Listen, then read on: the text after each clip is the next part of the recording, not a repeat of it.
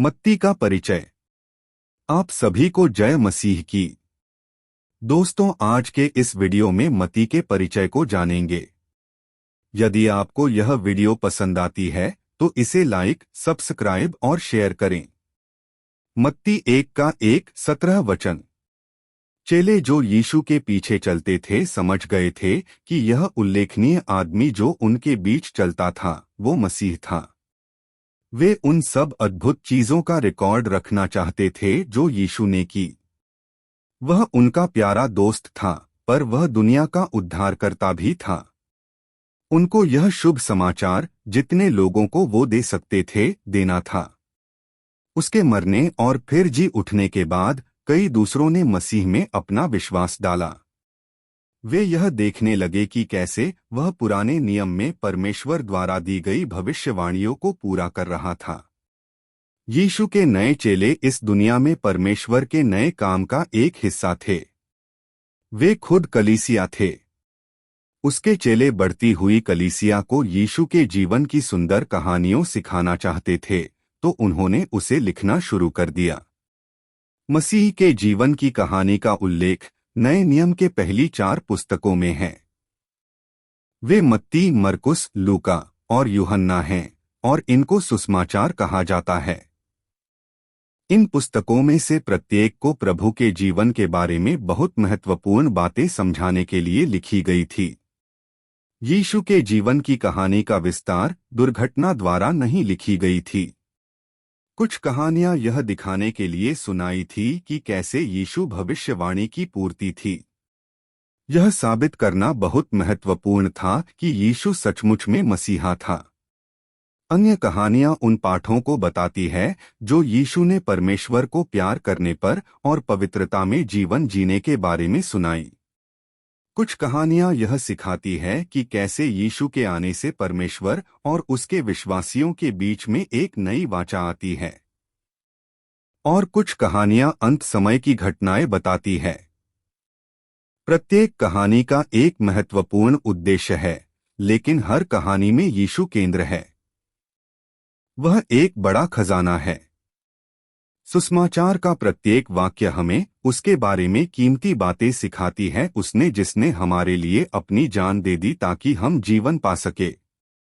नए नियम की पहली पुस्तक मत्ती है।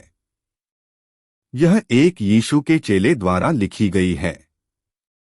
जैसे जैसे मत्ती ने यीशु के जीवन के बारे में अपनी पुस्तक लिखी, वैसे वैसे वह यहूदी लोगों को साबित करना चाहता था कि यीशु सचमुच मसीहा था।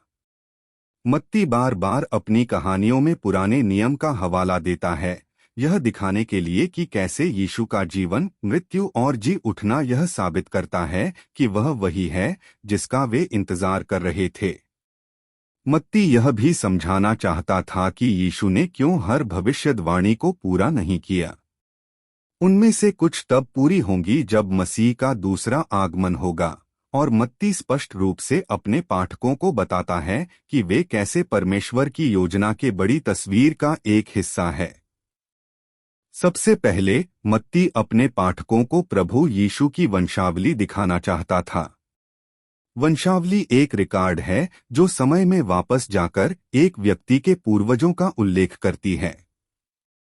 यह बताती है कि उनका पिता कौन था, और उनका पिता, और उनका भी पिता, वापस इतिहास के प्रारंभिक समय तक। क्या आपको पता है कि आपके पिता कौन है? क्या आपको पता है कि आपके दादा के दादा के दादा कौन है? हम में से कईयों को यह नहीं मालूम। लेकिन इस्राएल के लोग बहुत सावधानी से रिकॉर्ड रखते थे। वे जानते थे। यह इतना महत्वपूर्ण था कि वे यरूशलेम के मंदिर में यह रिकॉर्ड रखते थे। हर वो परिवार जिसमें प्रत्येक इस्राएली पैदा होता था, परमेश्वर के बड़े परिवार में अपनी भूमिका को समझने के लिए मदद करता था।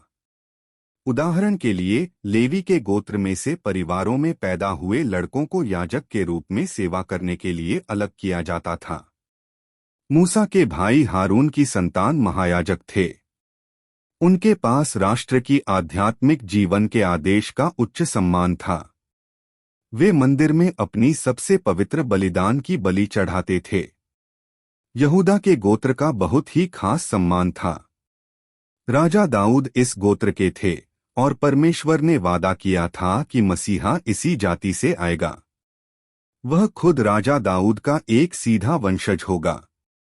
यहूदी दाऊद के वंश का ध्यान रखते थे ताकि वो यह जान पाए कि कौन उनकी तरह बन सकता है।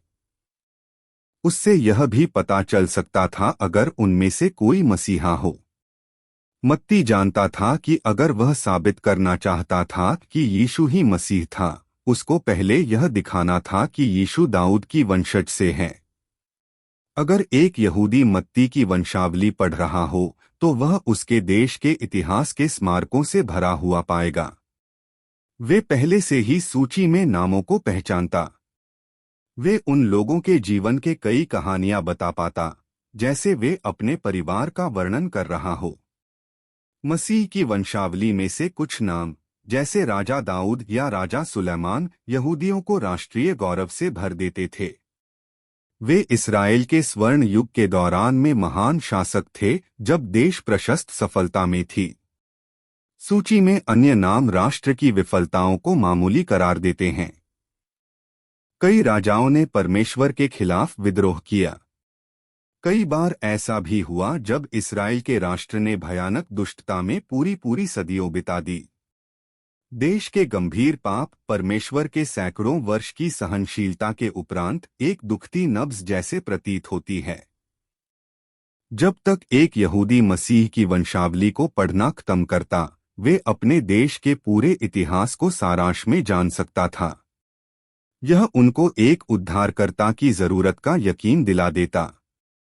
उनके देश ने कभी भी पवित्रता के साथ परमेश्वर को पूरा सम्मान नहीं दिया था और वे दुनिया के लिए सच्चे याजक भी नहीं बन सके। उनके पूरे इतिहास में ऐसा एक भी मानव नहीं था जो उनके परमप्रधान परमेश्वर के पवित्र आदर्शों को जी पाया हो। किसी ऐसे जन को आना था जो कुल शुद्धता और पूर्णता के साथ परमेश्वर की इच्छा को पूरा कर सके। दुनिया ने ऐसे आदमी को कभी नहीं देखा था। इस्राएल के राष्ट्र का क्या होने जा रहा था? इस दुनिया का क्या होने जा रहा था? क्या यह विद्रोह और परमेश्वर से अलगाव में बर्बादी की ओर बढ़ रहा था? मसीहा का आना मानव जाति के महान संकट का जवाब था। मत्ती यह सब के बारे में दुनिया को बताने के लिए चुना था। धन्यवाद।